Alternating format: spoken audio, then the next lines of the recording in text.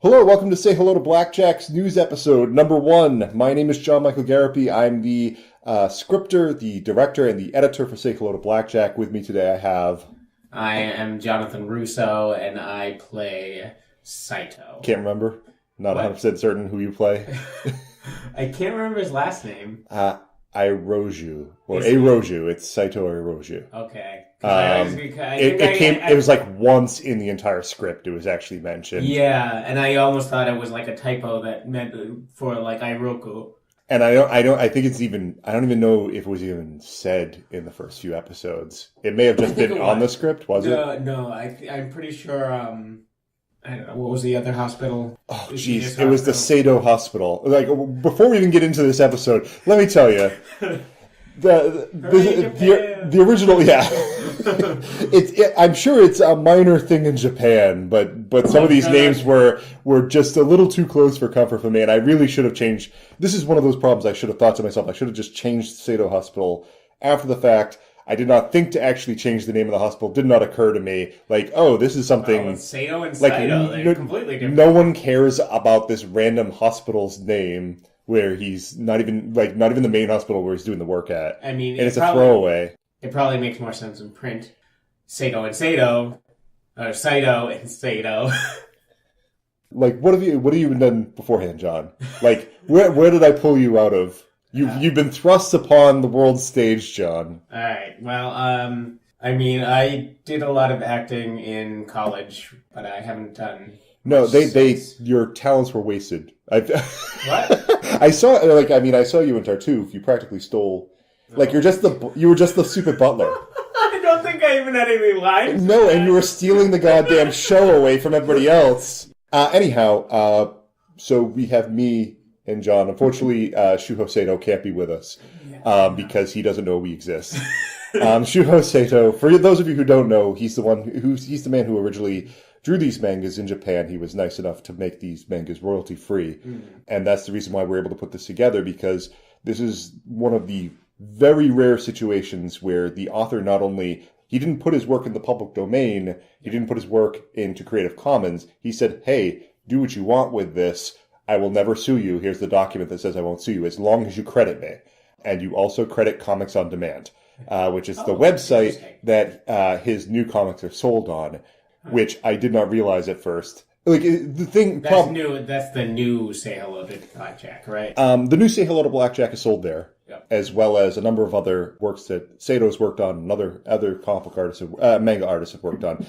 They're in Japanese, though. Oh, okay. So this is one of the reasons why I didn't credit. It wasn't intentional. It's just by the time we've gone through layers of translation where people are talking about what you need to do, I didn't realize I officially needed to credit Comics on Demand until I had actually seen a picture of the boilerplate in a PDF at some point in time, which was like a month ago. So I'm doing it now. You get credit. You're not going to go and retroactively change the podcast? Not that I think it matters much, because Sensei hasn't noticed us yet. Like, I tried reaching out to him, but he speaks Japanese, so I put something out on Twitter, but I might be contacting someone soon who speaks Japanese and be like, could you just Twitter this man in Japanese, just so he knows we're out here doing this? Yeah, Devin. Specifically Devin. Hi, Devin! Hi, Devin. Our listeners, what they really want to know is, where's episode 6? John, where's episode 6? When's it coming out? Not anytime in the near future. Well, here's the good news. You will have episode 6. It'll be season 2, episode 1. Yes. So no problem with that. But it took us a long time to make season 1. These 5 episodes, because we're amateurs, straight up. Yeah. I mean, I've been in podcasting for a while. I personally have been in Session Impressions with the Myriad Game crew. I've been in Power of the Meeple and Nerd Fountain with my good friend and co-host, Jeffrey Norman Bobo. But we have never done a project this big, and I haven't done any of the editing. And this was a big... Yeah. Yeah, go ahead. Yeah, it was a big project, and John Michael did all of the editing. I did all the editing. I had to get in touch with a tremendous amount more voices than we normally get in touch with, and just dealing with, this was mostly just friends and family in season 1, and I'm hoping to branch out in season 2. because we need an entirely new cast for season 2. That's just the nature of this script. I could rewrite everything to be the same characters, but it would get really wonky very fast. Saito dies. Yeah, the last line you just stabbed, you should have heard it in the sound effects. Yeah, we were talking just a little while ago about like making this entire show like Say Hello to Blackjack's Mom or something like that, where where one of our friends who supplied like one line of dialogue by accident that I stole and then attached to this project all of a sudden becomes the main character, and I'm like constantly hounding her to like keep coming back and record all these voices. Mm-hmm. But she's got 3 children. So those 5 episodes legit took 9 months to put together. A lot of that was learning curve. But the next season is going to be 10 to 11 episodes. I want to do it all at once. I'm expecting it to take about a year before it actually comes out. My personal deadline is April 1st, which is kind of funny because it's actually April Fool's Day.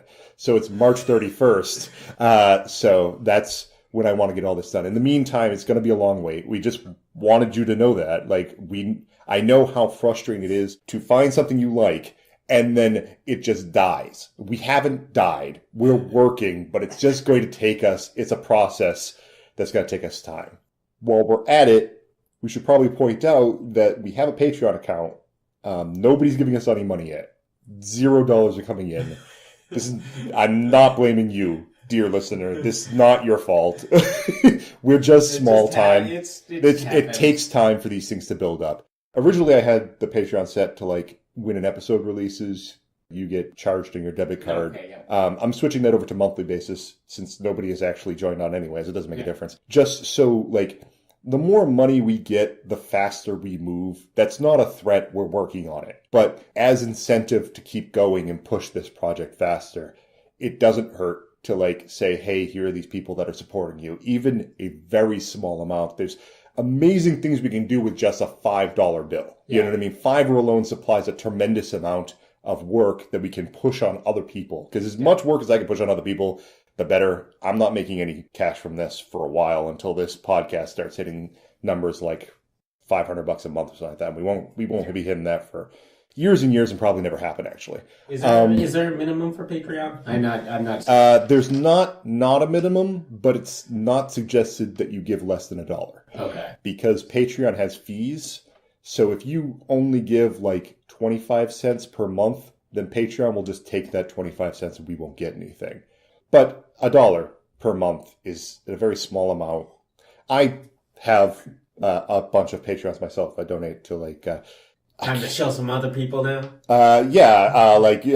Beer and Board Games, the guys who do that. I've heard them. The really big projects I used to like give $1 to, but then I realized, I should not be giving Schmo Yoho like $1. It doesn't really make sense. They don't need it. They don't need it. But I mean, like, yeah, they need it. I guess they need it. I don't think they're rich. You know what I mean? So, like, but at the same time, they've got supporters. So I personally try to aim for the little guys because I'm a little guy. Yeah. And I know what that's like. Okay. Yoten Peril, who does lazy writing, and you've probably never heard of him, but he's a really good guy. Check his stuff out. And he has like a Patreon account that like makes him like $200 a month. It's like, you can't live off that. You know what I mean? No. And he does this for the love of it. And I just got to give a lot of respect out to that. But anyhow, I wish that guy made more money because he's been around forever. You know, I remember originally watching his stuff on Newgrounds back in the first decade. I mean, the first, decade of the 21st century. God damn it, John, we're old. What happened? Yep, we grew old. Listen, I know we only have $0 on it. I know it looks stupid to put $1 donation on something that has $0. It almost feels worse. Someone, you know when you go to a party and somebody brings a really nice cake? Someone has to slice that cake and take the first slice. Mm-hmm. And that guy's almost always me because I see a cake and that frustrates me to hell. They're just sitting there and nobody's eating it. And I'm like, give me a knife. And I just start cutting open cakes. And people are like, my God, John Michael, that was for something else. Why'd you come and broke into my house and took a slice of my cake for like a wedding shower that you weren't invited to? I saw the window. It needed to be cut. John Michael's coming. Hide the cakes. Is what people normally say to me. Coming down the street. He's gonna cut your cakes. So please don't see the $0 there. Take the first slice. Cut the cake. Cool. Yeah, cut the cake. I would have been the first donor myself. just to keep the number running, but Patreon doesn't allow that. I was like, oh, I'll just donate $20 to myself every month, whatever. And that's not an option. Probably so people don't artificially inflate their numbers. Probably, but like... A rich person be like, look, I got $1 million a month. But at the same exact time... I'm also a billionaire. At the same exact time, I would like to support my own project, which is really kind of... I'd like to take money from my savings account and put it into my business checking account. Yeah. You know, through yeah. Patreon on a monthly basis. I guess technically I would be giving Patreon a small percentage, but... Yeah, it's odd that they don't allow you to give them money. Yeah. It's like, yeah, you can't give us money. You have to have someone else do it, or like make up a fake account name just for the purposes of doing it. It's just strange. Yeah. Anyhow, moving along. Really, this is my fault. Yeah, John. Why are you donating to the project? You get my voice, Michael. Yeah, I do. I get so much more value out of you. This is why you should be trying out for our podcast so you don't have to donate. Hey, brings us segue. Yeah, very nice. Very nice segue. So season 2 will be coming up. We're going to be having tryouts soon. They're not here. I'm going to announce them. They'll be on this channel. So if you're interested in doing voices for Say Hello to Blackjack, just pay attention. If you have not subscribed to this podcast and you're interested in Say Hello to Blackjack, subscribe, because this will happen and you'll miss tryouts, or like other news articles might pop up and you'll miss them. And then eventually a year from now, episode 1 of season 2 will pop up and you won't even have any clue that that's going to happen. So subscribe, first of all, do that right now. Yeah. But second of all, I don't know if you guys are interested in doing voices, but I'm going to need them. And we've worked with amateurs so far, so there's no specific reason why you need to be a voice actor. As a matter of fact, we had a straight-up voice actor for episode 1. I paid for him on Fiverr, just gave him $5 and be like, just read this stuff, and gave him some direction. And then I had to throw it away because he did not match our staff. Like he just sounded too good. And there needs to be like a roughness to these characters because they are supposed to feel like real people. And I think that's a really important part of what's going on here. Is that they don't sound... This sounds like an audio drama, but at the same exact time sounds like people you could meet at a hospital or around a hospital or inside his life or something along those lines. And a polished voice just might be a little bit too much. Do it. I'm going to just sit in the background and say catchphrases every once in a while. All right. For this next segment, I need to strip for John. Da-da-da! It's awful.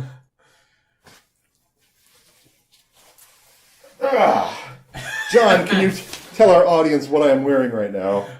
You are wearing my face, I'm pretty sure. Pretty much. Yeah, check it out! Yeah, that's my face. Actually, it's not actually my face. It's the face of my character. He's wearing I'm assuming self-made. Yeah, no, I made a T-shirt for Say Hello to Blackjack just so I can have people at parties ask me what the hell I'm wearing, and then I can tell them to go to the website. Does it have the website in the back? Yeah, it's the website in the back. Okay. Right across the back. SayHelloToBlackjack.com. Yeah. Nice. But I'd like to make these T-shirts. This is one of the nice things about this being royalty free. Yeah, is that I can use all these images for anything I want to, and the idea of being able to use this to promote the show is great. Just those nice things where like every single episode we get like a panel of like the manga just as an intro. I thought you were just gonna have like my face on there. But didn't you have a problem with which? Yeah. I don't know if it was the first episode. Oh, yeah, you're right. It was just like my face would show up everywhere, like my actual face. Like I was having like my cast photo or whatever. This gets a little technical, but like the general idea is that I would post on Facebook from Say Hello to Blackjack, and like every single time I posted something, it would have just John's face, not Saito, John's face that would pop up because. Like the main cast members faces are on the website, like in the small bio section. But it always pulled from just John's smiling, stupid grin whenever I posted something, which I couldn't have, so it delayed a part of the process. It was a weirdness having to do with the SEO of the website. It took me a while to actually figure out how to do it correctly. Yeah, problem solved, but that took some. There was like a week of me just trying to figure out how to stop your face from appearing whenever I posted something on like Reddit wasted. or My face is great. Yeah. You should have just left it there. Every single time. Every single time. We post something new. Here's John's face. We have all this artwork to work with. No, my stupid face. Just everywhere. Just plastered. I would like to get t-shirts made for other people, but that's something I guess I'm going to have to do down the road. I don't want to keep harping on Patreon, because obviously that's how we would do that. Maybe if you pay us. Yeah. No pressure. Yeah, so that was the segment where I stripped for John. Yep. It was everything I could have ever hoped for. In the meantime, you're going to need to find other things to listen to and to read. Do you have any suggestions for this audience for what they might want to be interested in for the year that they have to wait for us to come up with season 2? Oh my god! Because personally, I thought Visions was an excellent suggestion. Vision was an excellent suggestion that you passed on to me.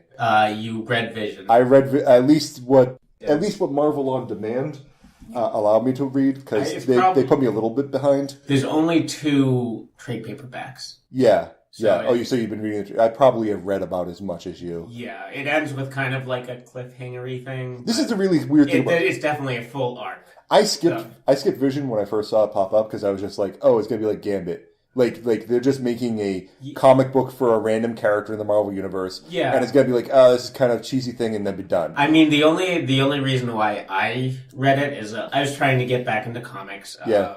There's a big sale on Comixology, so I just looked up the top 10 comics of 2016, and I found a bunch of them, and Vision was at the top of all of them. I was like, really? This is a random Marvel superhero? It's the greatest of the year? Generally uninteresting. Nobody's specifically interested in Vision. It is very well written. It's kind of unexpected. I wish I came with the author's name in my hands. Oh, yeah. I wish I knew off the top of my head. I have it here. Okay, we'll pause. We can pause. Talk about something. Okay, well, yeah, while you look it up. Yeah, well, I mean, because I had Comixology. The problem is we can't actually explain any of the plot because it's so involved.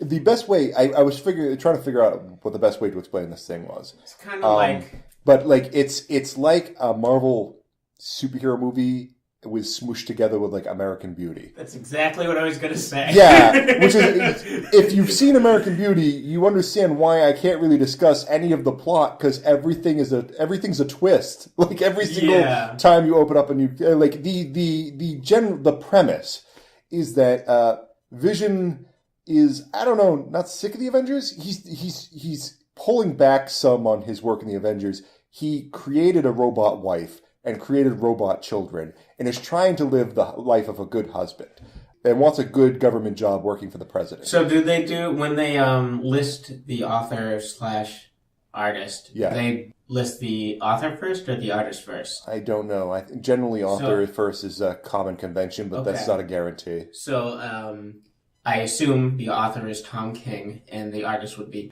Gabriel Hernandez Walta. I'm not really familiar with either of them, so I can't be. They're definitely, even if you're not interested in Vision. The art is very beautiful. I mean, this is one of the things is when you find something that comes from Marvel, it's done really well. You may not be interested in Marvel comics, and that's completely understandable. Yeah. But if you look towards their back catalog, they almost always did something really good before. Yeah, Bendis, I can't remember his.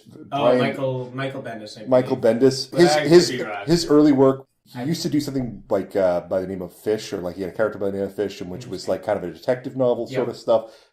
He also did something by the name of Torso, which had to deal with the Torso murderer and main detective from the Untouchables.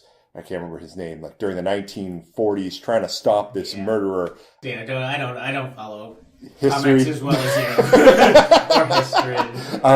Torso specifically was great. I got it from the public library, and my way of reading comic books, I have a tendency to read them while I'm eating lunch in sub shops. Okay. That was not a good book to be around to sub shops with people being chopped up and stuff like that. And I'm trying to hide in the corner reading my book.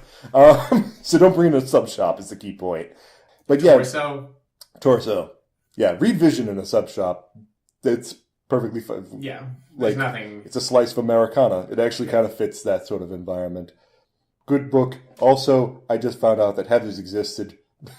I did not know that the musical Heathers existed. It's been out for 3 years and nobody told me about this. Well, then no one told me about it either. I've never heard of it. You've never... Okay. I don't follow much modern musicals, though. Well, we're going to have to close up this podcast sometime soon just so John can hear Heathers. Right. Anything else? We got anything else for these lovely people? Let's see. For things to read or Squirrel Girl. Read Squirrel Girl. Squirrel Girl's been pretty good. It's very entertaining. Well, once again, we're back on Marvel, but both. I've been enjoying Howard the Duck for similar reasons. They're done by different writers, but yeah, no. I'm not sure I've been reading Space Brothers lately, and that's been a really we're talking about Japanese manga again. Okay. And the idea behind Space Brothers is there are two brothers, Hibito and Muta, and they when they were a child they both saw a UFO. And then both of them got really into space. Hibito ended up growing up and becoming an astronaut, and he's trying to convince his brother Muta to become an astronaut with him. This takes place technically in the future because it assumes a future with Japanese in the NASA program. They're not in the NASA program right now. Yep. So the author decided to set it 15 to 10 years in the future just so that it made some sense. That's the premise. So the key point is that Hibito's kind of like the younger brother who's all-American athlete and everybody likes him and that sort of thing. And Muta lies. Muta gets ahead by being dishonest, and it makes a very nice contrast. But one of the nice things about Space Brothers is it is a love letter to NASA. The author who wrote this really enjoys the entire process that's involved. Is it like Martian-esque, the Martian-esque attention to detail? Have you watched The Martian? Yeah, it's attention to detail, but in a different way. Okay. This is attention to detail in the sense that if you watched a police drama and they talked a lot about paperwork, you'd be like, oh, these guys are actually asking police officers what they do because they never do this in a movie, but this is a big part of their lives, you know? So a good chunk of Space Brothers is just dedicated towards the process of being in tryouts to become an astronaut and what it's like to actually be in that process. The nitty-gritty stuff that no one likes to talk about. Yeah, I should mention, I'm not an astronaut, so I don't actually know what that lifestyle is, so maybe he's just making this stuff up on the fly. I am also, surprise, surprise, not a doctor. What? So I have no idea if what Shuko Sato is writing about is actually what doctors have to deal with. I'm just taking on faith that Say Hello to Blackjack is pretty authentic, because it seems authentic to me. Well, you could be a doctor, but you're not a Japanese doctor. I'm certainly not a Japanese doctor. I think people can figure that out by listening. Actually, I'm a small Japanese man. This entire time, say hello to John Michael. Don't say hello to John Michael. He's a liar and a fiend. While we're still talking about comic books, something I've been really enjoying that's, kind of a running comic is Saga. Have you read any of Saga? It's really I'm trying to think what Saga is. Saga is Brian K. Vaughan's new comic series. Okay. It's basically... I know who Vaughn is, yeah. Yeah, he's done a ton of stuff. He's doing another thing called Paper Girls as well, which is really good. Okay. Saga is basically kind of like Star Wars meets Game of Thrones.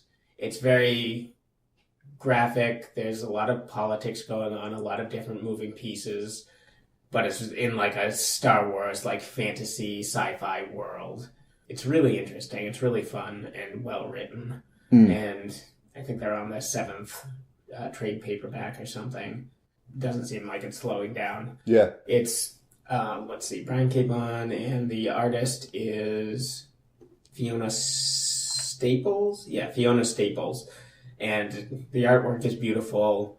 It's a really interesting story, and I'd highly recommend it. Cool. But Brian K. Vaughan is also working on Paper Girls, which is also very interesting. Are you familiar? Did you watch Stranger Things? Yes. I actually watched Stranger Things after I read Paper Girls because my wife watched it without me, and then eventually I watched it. Yeah. But it's very similar. It's got you got to be careful with spoilers here when it comes to there's a lot of people who have yet to watch Stranger Things. Well, I'm not saying anything about the plot. It's it takes place in the 80s. It's a bunch of paper girls right after as in Paperboy who delivers the mail. The newspaper. Yeah, exactly. I guess in the 80s, it became, okay for girls to do it. They go through weird, creepy adventures. Huh. Like with time travel involved. And, it's crazy. It's really interesting though, and I'm a big fan of Vaughn's work, so. And it's really got that 80s vibe. It's got like that, the sketchy, 80s artwork. Cliff Chang. I hope I'm pronouncing that right. Basically, anything by Brian K. Vaughan. It's gonna be a good time. Be good. Yeah, I assume you've read Why the Last Man. Which is yes. Why the Last Man is also very good. If you haven't read it, read it. Yeah. Basically, anything in Brian K. Vaughan's bibliography, I'd recommend. I haven't read all of it, but so far he hasn't disappointed You've yet. never been disappointed by Vaughn, yeah. All right, well, I think we're pretty much wrapping up here. We're sorry it's going to take so long before the next episode appears. Mm-hmm. I wish I could make this process faster, but if we want to make something that sounds good, it's just going to take time, and I want this to sound good. See you later. We'll be getting back in contact very shortly, just to see if anybody wants to pick up some parts. But I don't know. I'll try to keep in contact with some news episodes while we go down the road to give you guys an update to say we're working on this and whatnot. And maybe I'll drag in somebody else from the cast. So we get a few of them kicking around. We'll see. It's no guarantees. People work different schedules. Anyhow, take care and see you next time. All right. Thanks, guys. Thank you.